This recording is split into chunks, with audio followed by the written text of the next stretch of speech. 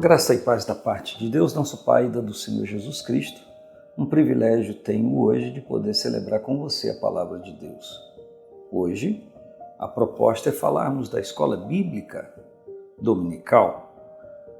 E nós estamos estudando nesse primeiro trimestre de 2025 o tema geral em defesa da fé cristã, combatendo as antigas heresias que se apresentam com nova aparência. E o assunto de hoje é a encarnação do Verbo, a manifestação de Cristo em carne, que foi tão combatida em algum momento e ainda o é até hoje. Alguns dizem que era uma ilusão, que era um espírito, que era uma encenação, que era um equívoco, um engano. Então a Bíblia reitera não só o nascimento original de Cristo, mas sua morte, ressurreição, glorificação.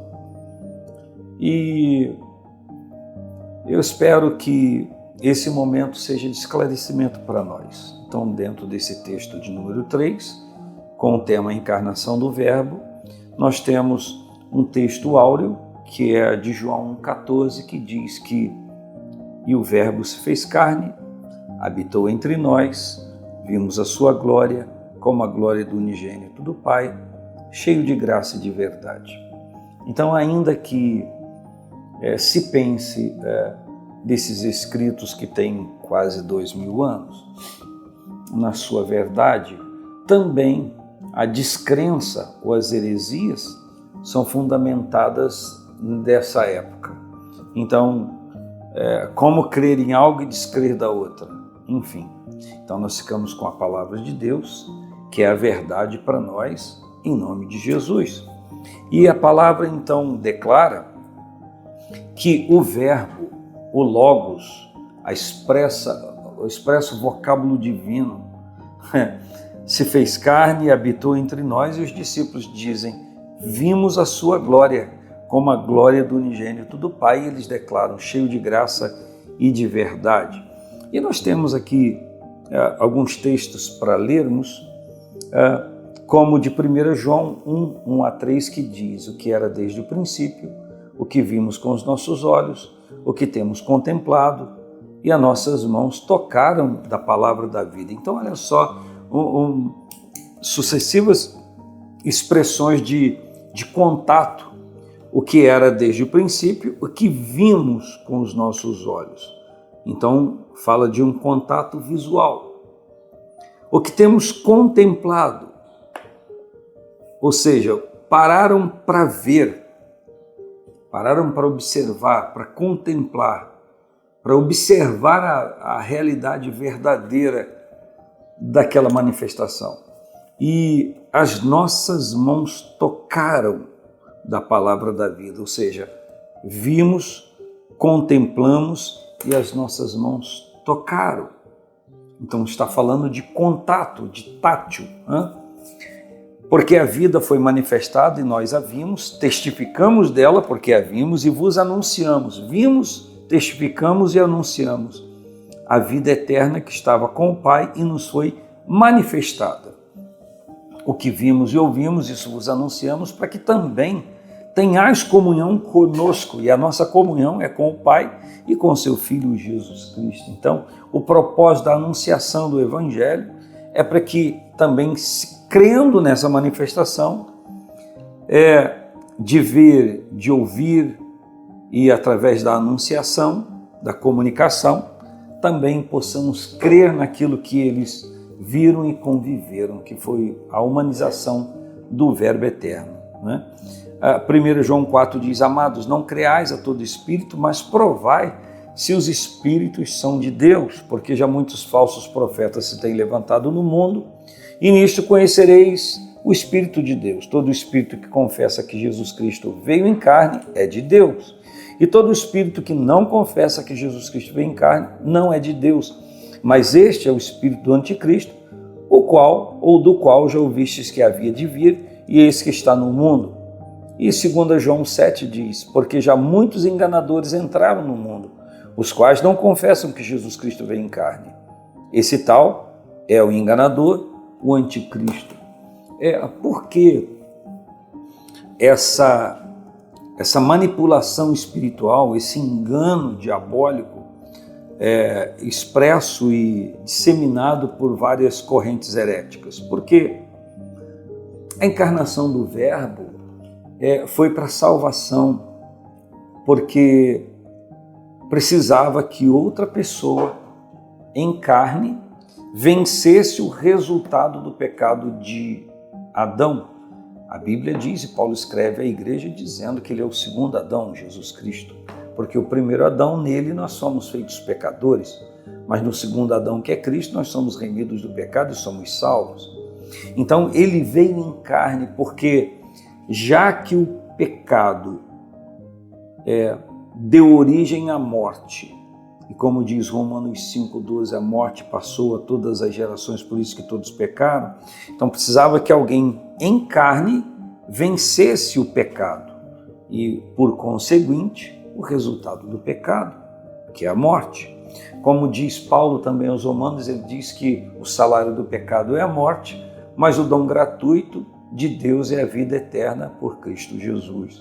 Então, se alguém luta para combater a verdade da encarnação do Verbo, que recebeu o nome de Jesus e se deixou pregar na cruz do Calvário, ser o seu corpo sepultado e ressuscitou o terceiro dia para nos salvar, ou para ser salvador de todos aqueles que creem no seu nome e se tornarem assim filhos de Deus, o combater dessa humanização, dessa encarnação, é combater o propósito da salvação.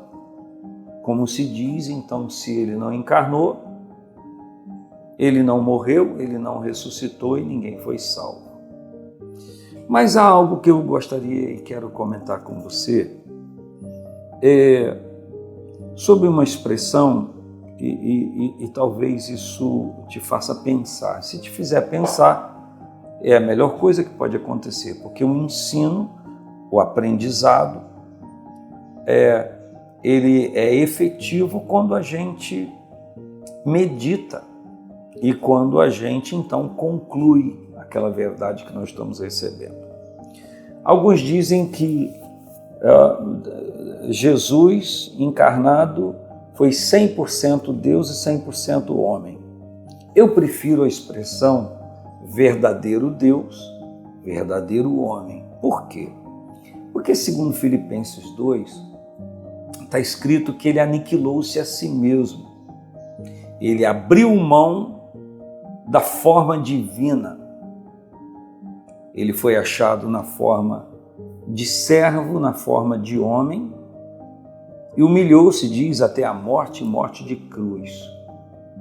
Então, sabemos que ele se despiu da sua glória, sabemos que em carne ele não era onipresente, porque ele não estava em todo lugar ao mesmo tempo.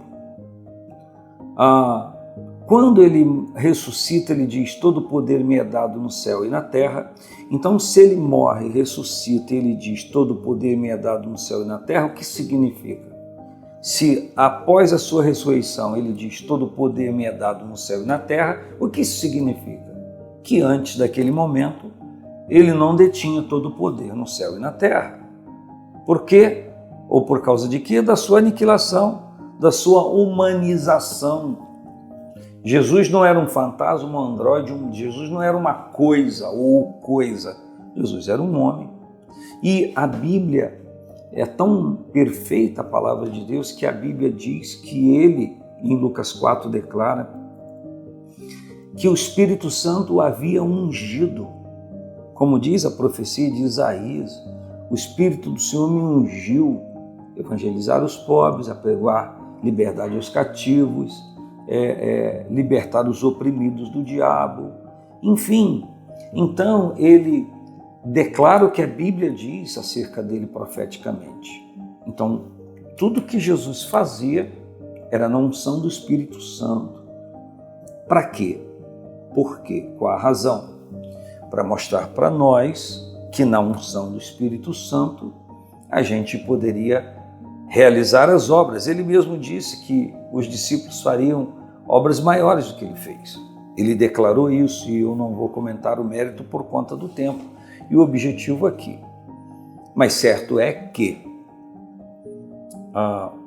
esse Senhor, Jesus, que voltou ao céu, glorificado no céu, se humanizou, se encarnou, vestiu-se da carne do homem e nisso ele se aniquilou, ele se humilhou. Então, ele não estava desempenhando na terra onipresença, porque ele tinha que andar de um lugar para o outro. A onisciência, quando perguntaram a ele quando que ele voltaria, quando seria o fim de tudo, ele disse que aquele dia e hora só o Pai sabia, nem o Filho, nem os anjos, ninguém. Mas obviamente que como Deus ele sempre soube, e quando voltou glorificado ao céu, sim, pleno, mas em carne ele, o Senhor Jesus, fala dessas coisas. Então, ele se aniquila, ele se humilha, ele mesmo abre mão da onipotência, da onipresença, da onisciência, para mostrar-se e mostrar aos homens um caminho de retidão, uma obediência ao Pai. Eu sei que o tempo que eu estou me utilizando aqui é muito pequeno e eu tenho limitações para te explicar isso, não tenho tempo e nem condição, mas eu estou falando a você para que você pense sobre esse assunto. Então Jesus Cristo foi em carne verdadeiro Deus e verdadeiro homem, mas ele não foi 100% Deus no sentido pleno, desempenhando esse papel de Salvador. E a Bíblia então relata e fala, quando João escreve acerca dele, que nele estava a vida, e a vida era a luz dos homens. Diz que todas as coisas foram feitas por ele, João 1, sem ele nada do que foi feito se fez. Só que existe esse princípio da aniquilação, que ele mesmo declarou, que ele abriu mão da sua glória por causa disso. Então, desde o início da igreja, no primeiro século, já tinha correntes heréticas declarando que o Verbo eterno não se humanizou, que Jesus Cristo era um fantasma, e se falou tantas outras coisas. E dentre essas correntes havia o docetismo, o gnosticismo, que se confundia um com o outro. A corrente gnóstica dizia e declara que Deus fez o mundo e o abandonou à sua própria sorte. Então é claro que os gnósticos não assimilariam a humanização, a encarnação do próprio Deus, do Verbo eterno, para vir redimir o homem que foi aprisionado pelo pecado. Claro que eles não aceitariam isso, mas existe uma corrente chamada docetismo, está aqui na revista, que fala que Jesus tinha a aparência. Esses camaradas, inclusive, dizem que Jesus Cristo não foi crucificado, que aquilo foi uma simulação, ou talvez o Cirineu, que tinha uma aparência similar à de Jesus, ele sim foi crucificado e não Jesus. Olha só que coisa terrível. E fora do texto, fora do que está escrito, me veio uma orientação bíblica, porque eles dizem que o Verbo eterno não se encarnou, logo não morreu, logo não ressuscitou, então logo não há salvação e que isso tudo é um engano. Agora, quando eu leio João, não no início, mas no final, o início fala da encarnação, mas o final fala de algo interessante, principalmente no capítulo 20, quando fala da ressurreição de Cristo, porque o capítulo 20 de João trata da ressurreição de Cristo, fala da aparição a Maria Madalena e depois fala da aparição aos 11, porque na verdade a epígrafe fala aos 11, mas no início foi aos 10, porque Judas já havia se suicidado e o Tomé não estava, mas estavam os 10 e Jesus entra, lhes mostra a glória dele, ele se mostra ressuscitado e ele assopra o Espírito Santo sobre eles e a Bíblia diz no versículo 24 do capítulo 20 de João que Tomé, um dos 12, que era contado entre os 12, chamado também Dídimo, não estava com eles quando Jesus veio. O versículo 25 diz: disseram-lhe, pois, os outros discípulos, vimos o Senhor. Mas ele, Tomé, disse: se eu não vir os sinais dos cravos em suas mãos, não puser o dedo no lugar dos cravos, e não puser a minha mão no seu lado, onde a lança o tocou, o feriu, o furou, de maneira nenhuma eu crerei. E 8 dias depois estavam outra vez os seus discípulos dentro do cenáculo e com eles Tomé.